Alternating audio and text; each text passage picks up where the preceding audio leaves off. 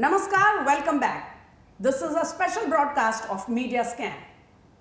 Along with the missile attacks from across the border, the drone attacks and the dogfights far away in the skies, there is a completely another war that has been unleashed on our country by our adversary. This war is not being fought in the seas, on land, or even in the skies. The tool, the weapon of this war is this innocuous looking instrument which all of us, both you and I, possess. It is our devices, and the tool, the weapon is the internet, the social media and other digital devices. So, this information war that has been unleashed on us, how do we as common citizens insulate ourselves from this challenge? Also, can we in any way, in any manner, help our armed forces to fight this challenge? To understand the nitty-gritties of this new challenge unleashed upon us, I have a special panel of experts with me this evening. But before that, a quick look at what is it that this war really means. The enemies of India are never at rest. Whether it's the borders or digital space, the rogue elements are always at mischief on multiple fronts. But India is ready. The government has taken decisive action, strengthening its defenses not just on the ground but in cyberspace. The Indian government's fact-check unit under the Press Information Bureau has ramped up its efforts to debunk false narratives being circulated online. The fact-check unit has issued clarifications on its social media platforms addressing misinformation related to the April 22 terror attack in Jammu and Kashmir's Pahalgam that killed 26 people.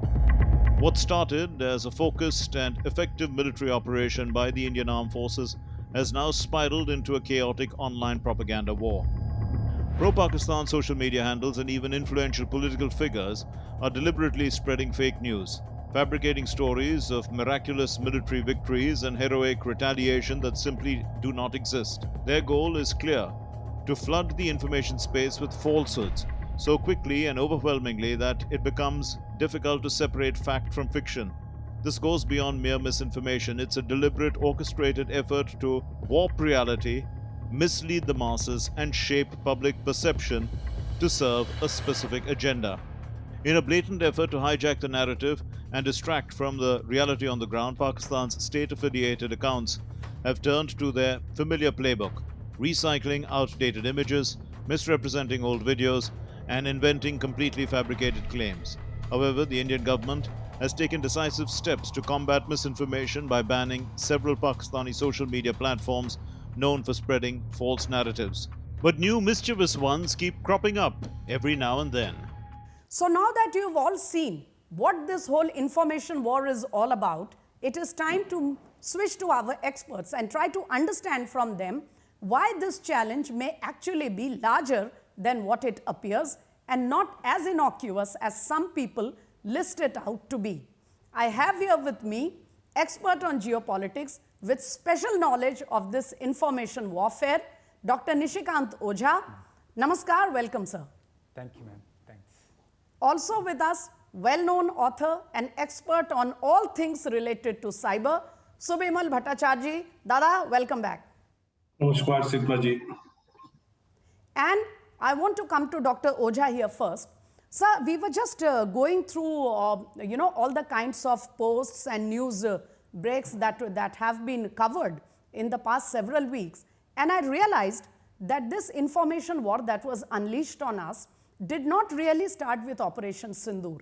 In fact, from the very day that we came to know of the Pahalgam, the horrid Pahalgam terror attack, people from Pakistan, powers who are associated with Pakistan, have been trying to foment trouble through digital platforms.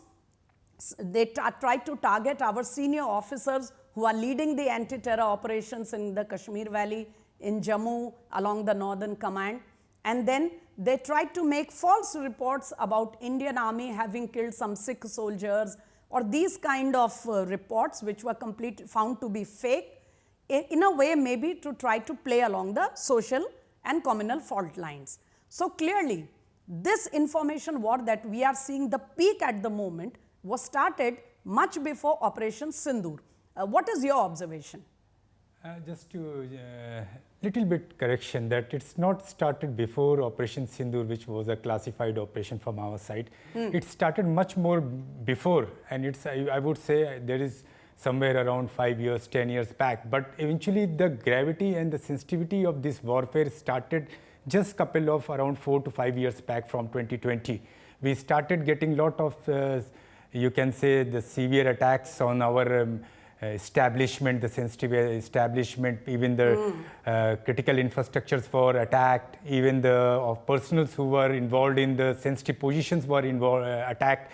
So it is started something like that. So I mean, eventually, if you can see that it's, I would say that it's not a kind of a cryptic exercise or something which is there to basically weaken the military. It's a kind of a digital terrorism which I'm just talking about, a new terminology which is emerged out.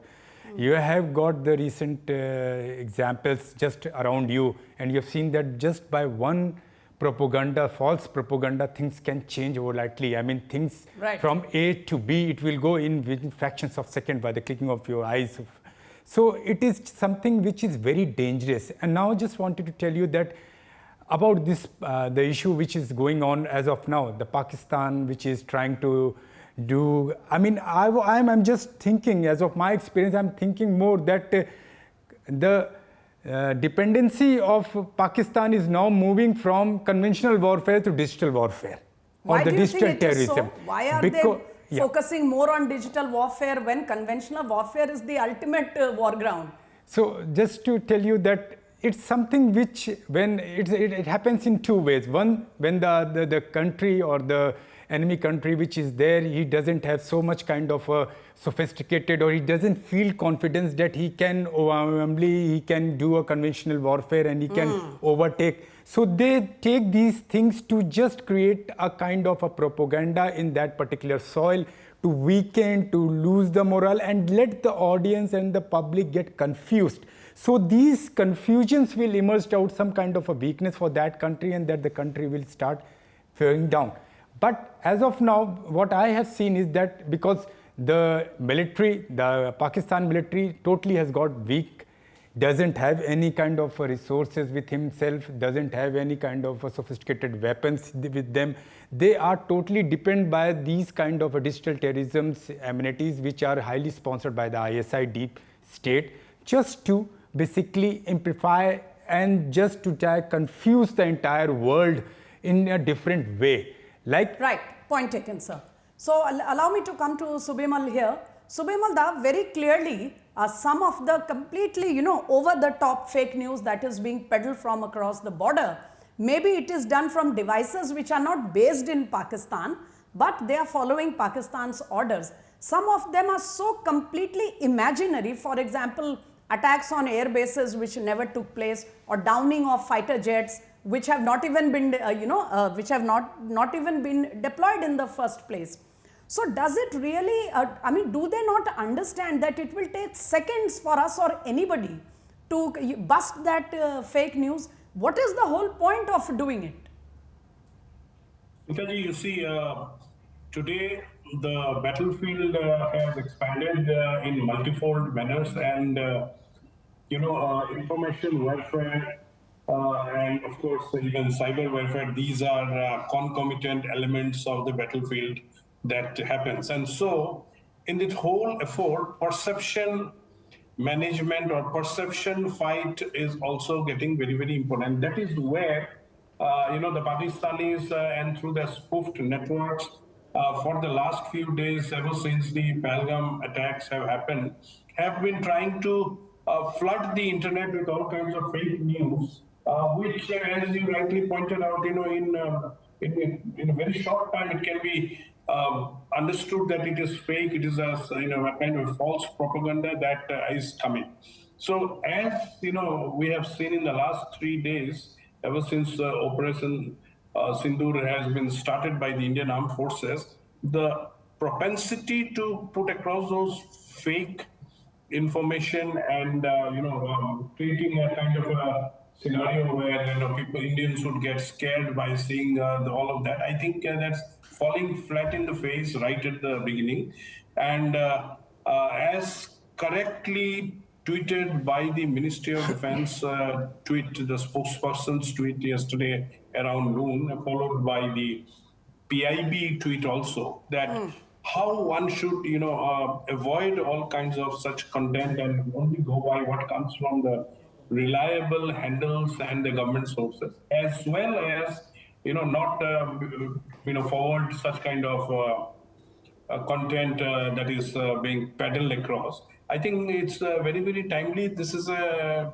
first time, possibly in this skirmish and I would say, the expanding conflict, that we are seeing so much of the digital space being used. And Pakistan and their cohorts and their handles, even many paid handles across the world, are just not able to understand that everything is falling flat in the face. So it's a war. So if I may ask you here, whether the handles are based in Pakistan or India or anywhere around the globe, do you think most of the misinformation that is being shared and amplified by people, is it mostly inadvertently that they do it, or is it because they are maybe paid or engaged to do it? No, they are paid to do it. It's a big racket. The syndicates exist to propagate this thing. And as I said, this is a part of the warfare game. Mr. Oja mentioned about where Pakistan stands militarily, and of course, let's not even speak as a society and the economy where they stand. They have a major internal strife from the Baloch that's going on for a long time. So, leaving aside that, also the military part with which they are trying to threaten or thinking they'll take on India and all, if they have to cover up for all the weaknesses that they have, they think that getting into this false news propagation is far much economical, even in terms of performance. By paying a paltry sum, you are able to get people to tweet or put across social medias, and also this is yes, very well fine, organized fine. and orchestrated activity. So, Dr. Oja, coming back to you, sir, for a country like Pakistan, which is not only a rogue state but completely failed socially, economically, so I mean, it is this kind of a digital warfare. First of all, it comes cheap. They have to spend much less than you have to spend in conventional methods. And secondly, they have no principles, no moral qualms in playing upon social fault lines, giving false stories about, Indian soldiers killing a certain minority, or even worse, spreading false news about children and civilians, even though it is actually Pakistan which has crossed all limits and has started targeting our religious places, our very dense populated areas, instead of military installations. So, what do you think, how do they manage to play on these fault lines, and is this not more dangerous than actually engaging with an army? Absolutely, that's what I told you, that it's very dangerous. Without moving a single step, you can just dislocate the country in a different way. You can change the environment of that company. How would you elaborate, viewers? Yeah. So I'll just tell you, there's a couple of, when this operation started, and the ongoing operation which started from April to May in Kupwara and Rajouri, and it's eventually there was a lot of operation which was done in the Kathua region or the Jammu. So we have found that basically they have tried to they tried to convert the videos with some kind of like they did some kind of voice doctrines also. So the picture was about the terrorists, but the voice was from the Kashmiri. So it was just a patching which they were done, and then when this was floated into the environment, it was still looking like that some Kashmiri people are basically involved instead of the foreign terrorist. So they are not only using old videos, they are now editing videos to patch voiceovers and in a way create a story out of it. Absolutely. If you see the physical body of the terrorist, he looks like a Pashto, is looking like an Afghani, but his voice is looking like a Kashmiri, and he is talking like much more of a Dogri consent. So that people should understand that it's all a fake, and it's basically a cultivated video which was thrown into on them to just make them confused and draw perception against the government and against the local administration.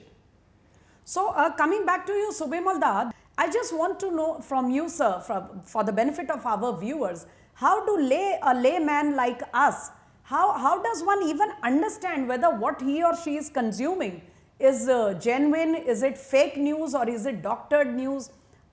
Is there any way that one can actually sift through find out the fake and the real? True. I think even in this conflict in the last couple of days, you would have seen even AI-generated deep fakes going around. So it becomes very difficult for even well-versed people also to understand what is fake and what is not. But if you listen to the content and what they are saying, you can sometimes even make out that this possibly cannot be true. However, as I mentioned earlier, and as the government has also taken a very proactive step, that you have to go to the right sources to be able to get the right news. So that is where identified handles of the government and the platforms where they are coming and talking. We have a very nice system, a foreign secretary with Colonel Qureshi as well as Wing Commander Singh come and brief the people. And also, apart from what they are saying, there are information that comes from the official handles. I think these are very, very reliable places to look at and understand where it is. We all have to understand that this is a war-like kind of situation where terrorists have been impacting and with impunity coming and killing people in the country. That particular country has never taken any steps to dismantle the factory and the sanctuary that they offer to terrorists. When we went and did a very limited, precise, proportionate exercise up there to dismantle that, now they are trying to do the warmongering activity and all of that propaganda and all. I think two tips are very clear from what you have just explained. One is wait before one believes about any news break, wait for a while. And secondly, it is always safest in everybody's interest to follow the official sources of information, because any fake news will not be able to then divert our attention or cause any kind of damage. But Dr. Ojha, coming back to you, we have been monitoring what is going on. There has been an entire campaign about de-escalate going on, and then there have been platforms published and broadcast from our own country which have been quoted in the Pakistan Assembly. They have been quoted by leaders in the Pakistan government and their social media, where sources from within our country, some of them media persons, some others also, have actually given so much space and so much traction to the fake news being peddled against our own country, and then they are becoming the sources to be quoted on the enemy side. How do you look at these people within our country who are providing ammunition to our rival country? In this particular warfare, the changing warfare, you never know who is where. So even the enemies are sitting within our soil and they are doing these things and just passing the information. So like a lot of examples, we came across certain domains which was originated from Pakistan, and we found that the information was floated from the Pakistan, but it was also routed through Turkey. So you never know who is driving, where is driving. Pakistan is just providing them the safe haven from where the information, everybody is just fulfilling his objective. No, but when it comes to notice, when it is flagged by common people, or when the government takes note of it, and there is some effort to block them or to make them inaccessible to the people who read, then they cry about freedom of expression. So that's true, because see what happens, sometimes it is beyond the control of the government also to hold such kind of a thing, because once the information flows, in fractions of second it multiplies and gives birth to n numbers of information which flows from n numbers of location. So if we block also, but that ashes has been moved in such a way that it cannot be controlled. So, but within our soil, we can monitor, we can make them accountable, and we can tell them this is which we are doing against the country. So recently what happens is that when these kind of operations and when the situation of the country is in such like that, so media needs to play a very responsible role.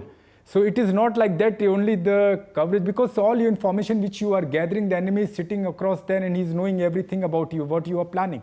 And So monitoring. Monitoring. So like I want to put it on the TV.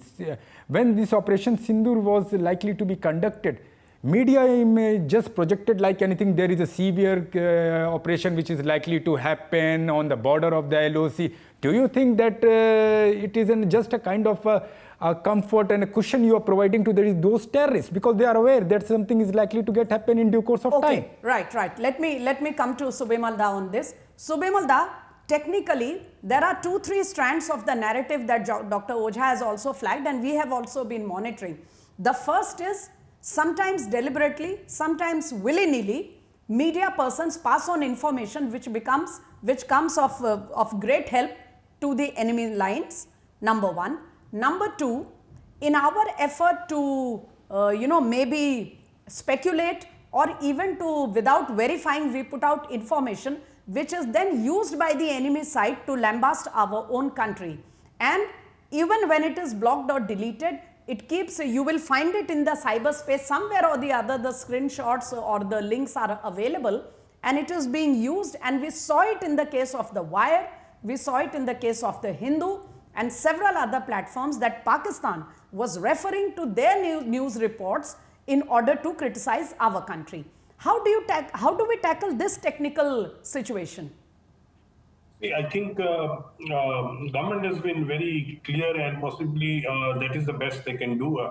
That whenever anything has been flagged of such situation, of such content being sent out by either the platforms or even a reputed newspaper like the Hindu. So I think a lot of editorial discretion and importance comes in, more responsibility comes in, and this is what that has to be factored in, not by a stick from the government, but by these media houses themselves. Of course, the newspapers and all, they have an advantage, at least they come at a certain point of time, but many of these portals and television channels also have been trying to over amplify a situation, and then when you try to constantly do this in this TRP game, then a lot of objectivity is lost, and very many times all the fake news and all of the stuff also gets it. But what's worrying part is that when an enemy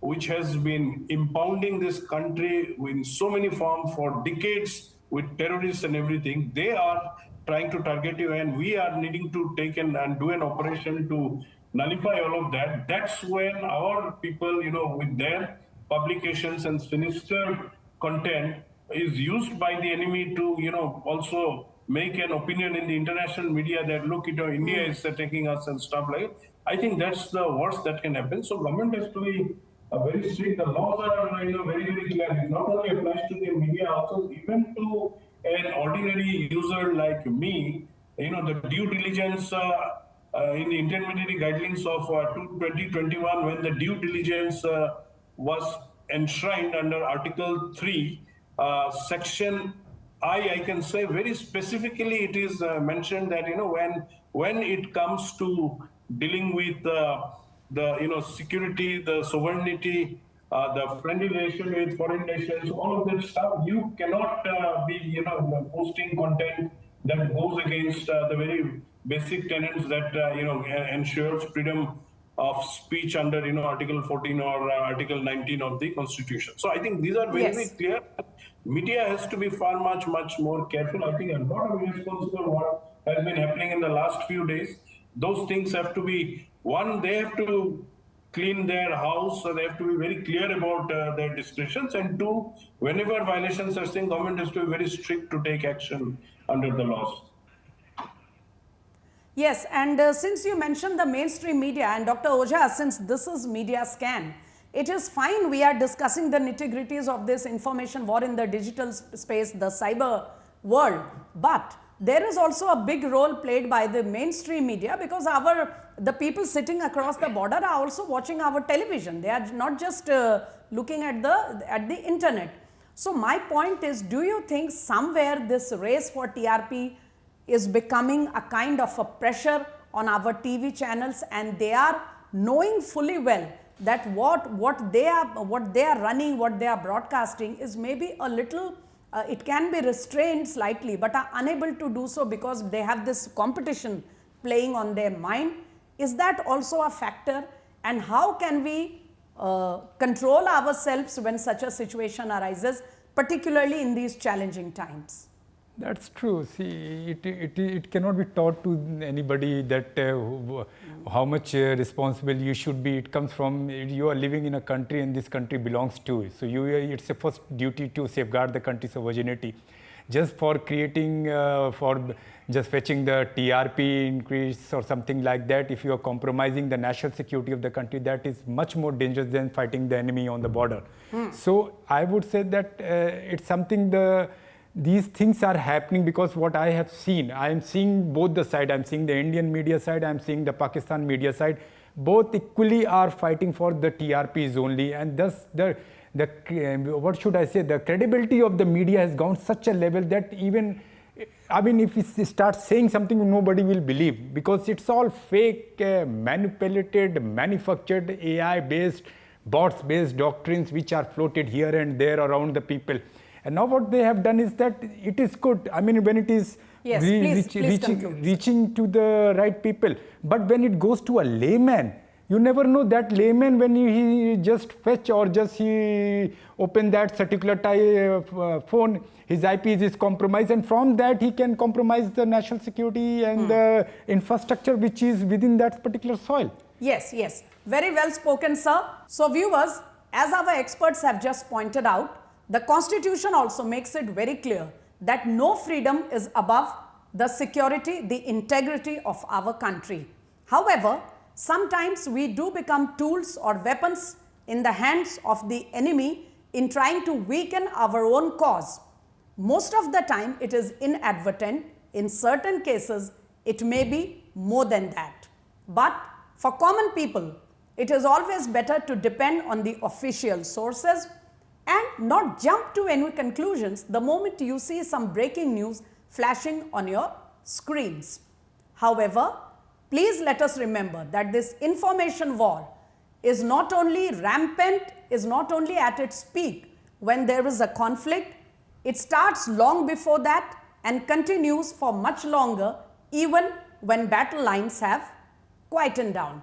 So, please keep your eyes and ears open and do not do anything that can weaken the cause of our armed forces. On that hopeful note, it is a wind up on Media Scan for this evening. Do join us in our next broadcast as we keep an eye on the media's conduct in these challenging times. Namaskar.